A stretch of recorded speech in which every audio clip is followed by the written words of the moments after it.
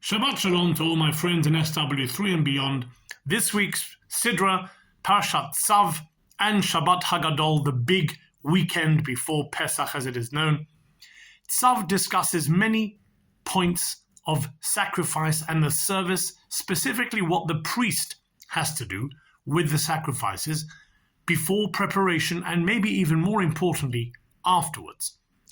The Mesilat Yesharim, a wonderful book of ethics written nearly 1,000 years ago, says the following. He says, if you look very carefully at what the priest needs to do every morning after the previous day's sacrifices, he takes the ash that is remained from the altar and places it on the east side in a little heap.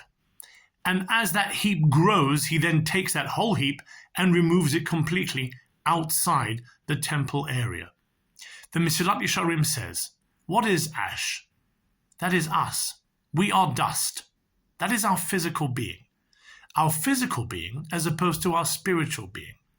The spiritual stuff that we have is between us and God and goes nowhere else.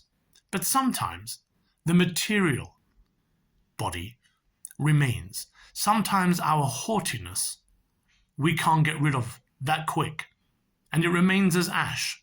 And so the Kohen has to take it and places it slowly, the small heaps, on the east side. But when it gets a bit too big, then the Kohen has to remove the whole thing. It is a wonderful lesson in life. That yes, we have to control our excitement of the material things in this world. And every now and then we must be very mindful and put it in a place where we can control it.